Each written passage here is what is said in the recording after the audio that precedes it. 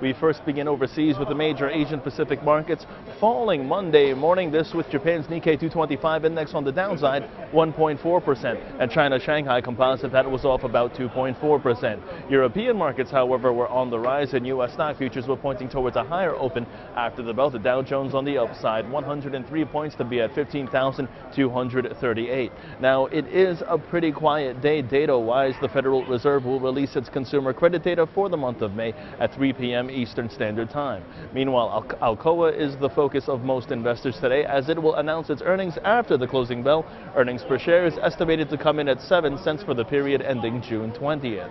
And early commodities trading saw gold rising 1.5% and natural gas futures up 1.5% as well. Oil prices, meanwhile, were lower on profit taking. And Greece's international creditor said the country's economic outlook remains uncertain, while announcing a conditional agreement that will further cut back its public service sector. And the New York Times went on to report this morning that New York Governor Eliot Spitzer has announced that he will run for New York City Comptroller. The position entails monitoring city spending as well as performance. And at least 42 persons were killed at a rally of support of ousted Egyptian President Mohamed Morsi.